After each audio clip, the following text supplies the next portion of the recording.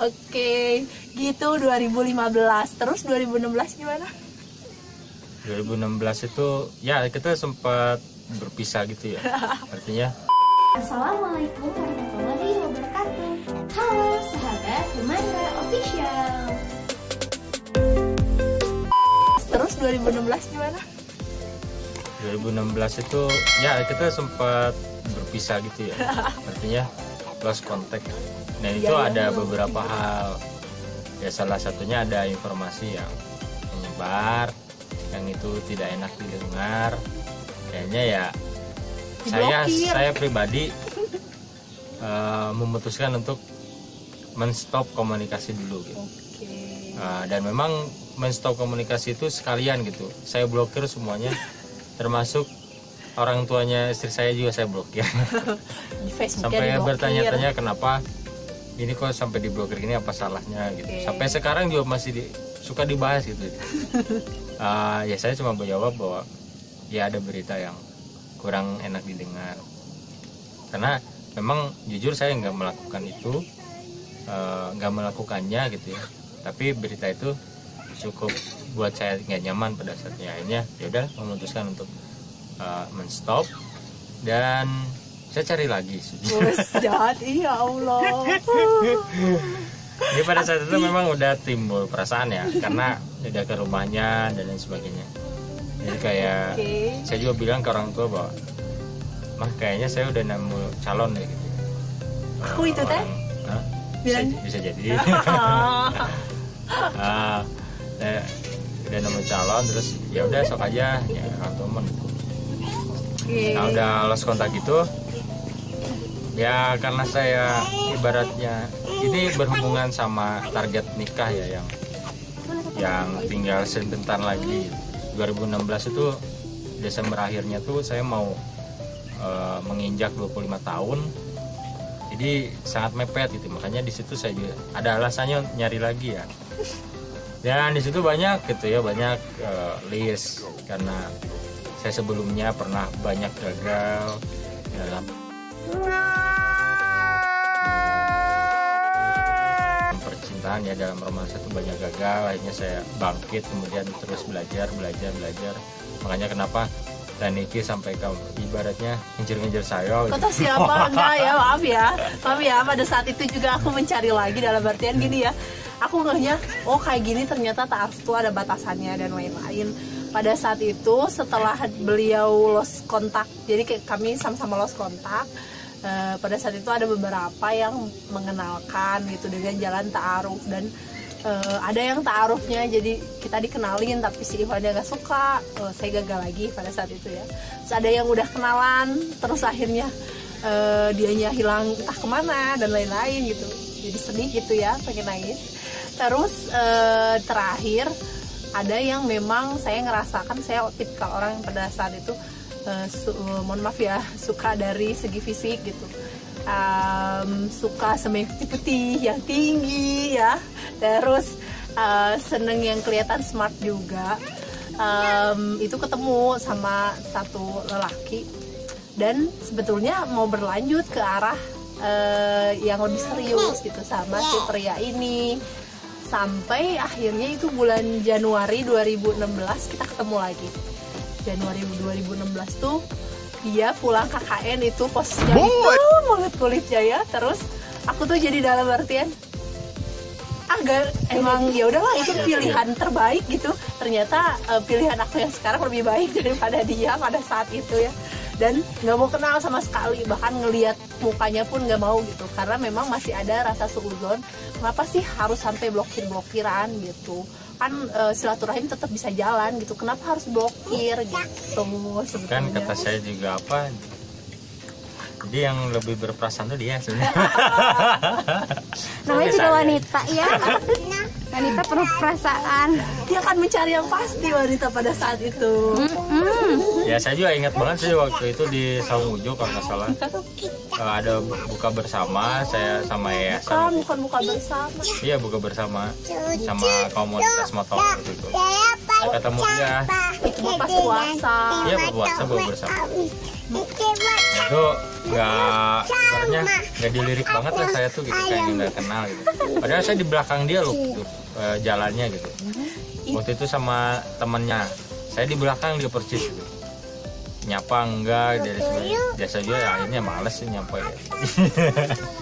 Tapi waktu itu berarti waktu Ramadan 2016 tuh ada yang kasih kejutan, tiba-tiba saya sendiri dapat telepon dari salah satu murabi saya gitu ya, dapat telepon ada yang mau ngajak ada ta'aruf nih gitu, dari siapa teh, terus pas nyebutin namanya adalah Tunjejeng, dia yang kasih ini ya, ternyata ada kabar kalau sedang mencari calon istri gitu Kang Ramdan ini, dan saya tuh kaget karena posisinya pada saat itu saya sedang mau ke tahap yang lebih serius sama orang yang berbeda lagi ya, jadi pada saat itu mau proses ke Jepang gitu ceritanya. Terus versi ceritanya kenapa bisa ta'arufnya tuh jadi katanya udah nggak mau, terus lagi proses sama orang lain, tapi kenapa jadi muncul ta'arufnya ke diriku? Ayo ceritanya panjang lah. Ceritanya panjang. Ya, intinya karena waktu itu makin mepet gitu ya waktu nikah, jadi ya saya untuk memutuskan untuk siapa yang lebih cocok pada saat itu, saya analisis panjang lebar, saya evaluasi ya begitu dalamnya gitu.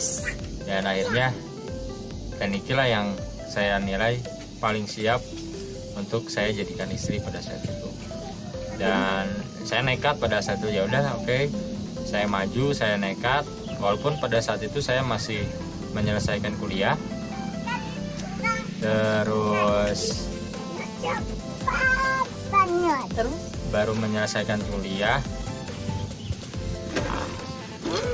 dan untuk modal nikah tuh sebenarnya nggak ada sama sekali gitu, makanya di situ nekat aja gitu, la haula wala quwata gitu. Dan kelanjutannya gimana? Oh, kelanjutannya itu sebetulnya jadi dari pas Juli itu kan jadi ada nih ya ta'aruf dari beliau. Terus akhirnya kan berpikir ya, karena pada saat itu tuh ada dua pilihan yang sama beratnya gitu. Dia udah aku kenal gitu dari lama, dari 2015. Terus ada satu yang memang pada situ usianya lebih dewasa dengan latar belakang yang berbeda, jauh berbeda dengan saya. Dengan posisi kalau seandainya saya nikah sama beliau, saya harus sama si lelaki yang lain ini, saya harus posisinya jauh banget dari orang tua. Nah pada saat itu hidayah Allah muncul ya pada saya di pesantren kilat saat saya jadi panitia. Saya dapat insight ya, dapat ini juga hidayah bahwa kita tuh harus tetap birrul walidain kepada kedua orang tua. Terus juga banyak sih hal-hal yang didapat. Salah satunya adalah kalau seandainya saya jauh dengan orang tua, saya takut saya nggak bisa birrul walidain gitu. Jadi dari situ yang memberatkan, akhirnya udahlah sama Kang Ramdan aja pada akhirnya. Dan saya langsung bilang ke beliau kalau misalnya memang niat, silahkan Idul Fitri datang ke rumah untuk menyatakan keseriusan gitu. Terus apa yang ditanya sama papa pada saat itu datang ke Idul Fitri? Ya gitu aja. Apa? Ya saya pada waktu itu memang hanya menjawab ya saya siap, kemudian perihal misalkan nafkah dan sebagainya saya sudah mempersiapkan. Ya saya beberkan di situ perencanaan saya. Kayaknya si papa waktu itu kayaknya mau menerima gitu kan, dan terjadilah tunangan pada saat itu ya.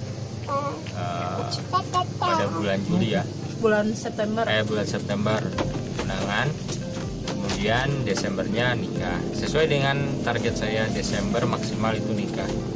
Dan ya alhamdulillah ya, Allah memberikan jalan, memberikan rezeki sehingga Desember itu bisa benar-benar nikah.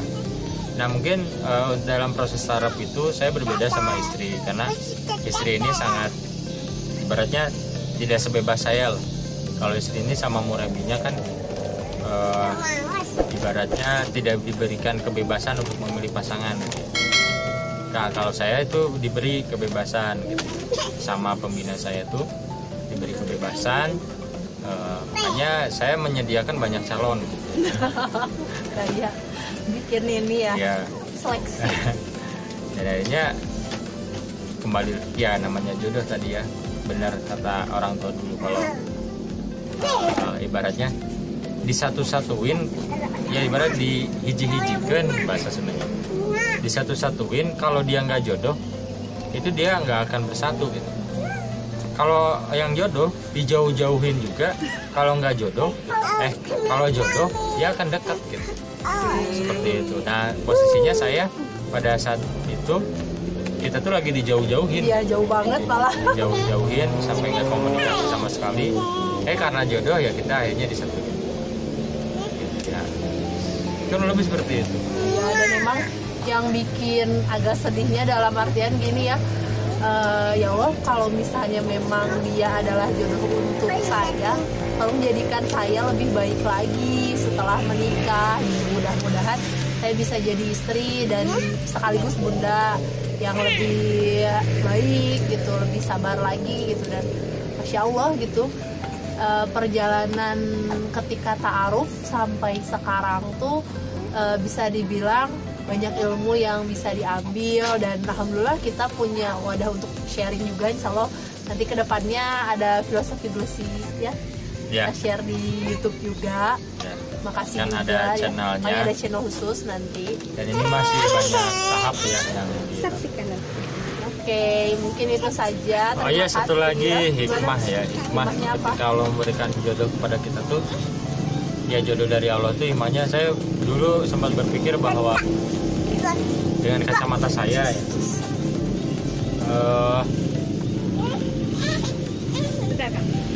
sebenarnya yang lebih baik itu ibaratnya kacamata saya, yang lebih mending tuh yang lain gitu ya daripada istri saya. Tapi ketika sudah menikah, saya evaluasi, ternyata benar gitu ya, bahwa Allah itu memberikan terbaik kepada kita, memberikan yang terbaik kepada kita.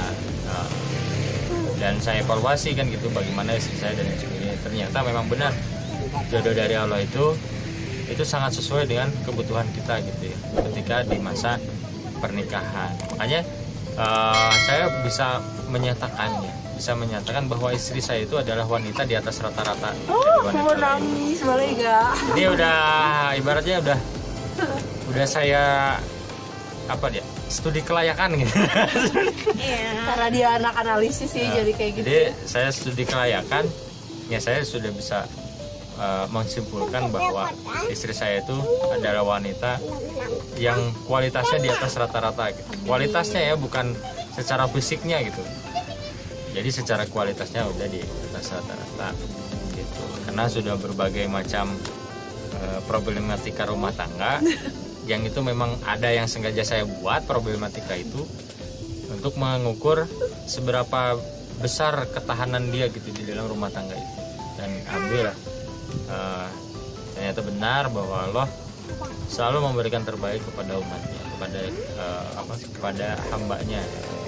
Ya itu kuncinya satu, ya tetap ketika kita dalam mencari jodoh itu kita tidak lepas dari koridor atau tidak lepas dari batas-batas Allah Subhanahu Wa Taala, sehingga ketika Allah memberikan jodoh kepada kita itu jodoh yang baik gitu ya.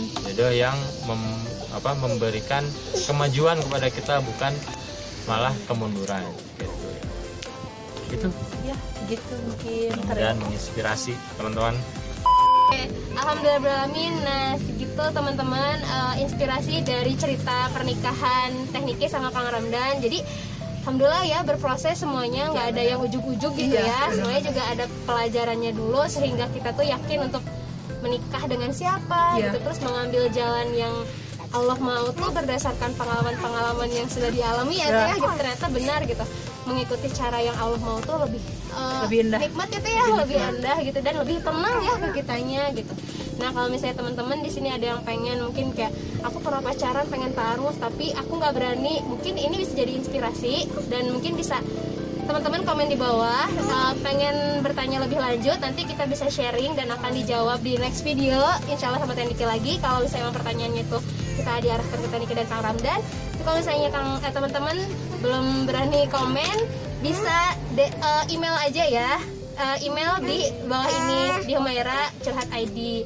Nah, jangan lupa subscribe. Jangan lupa subscribe. Terima kasih Kang Ramdan Tekniki ya. Sama. Nanti akan ada channel selanjutnya dari Filosofi Glossy. Insya Allah next kita share di sini juga ya. Oke. Nah, buat teman-teman sekian dulu ya. Terima kasih banyak buat Kang Ramdan Tekniki Sama-sama. yang bisa pesan untuk terus memberi inspirasi di channel ini juga. Nanti kita terus kolaborasi ya. Nah, alhamdulillah. Terima kasih. Wassalamualaikum warahmatullahi wabarakatuh.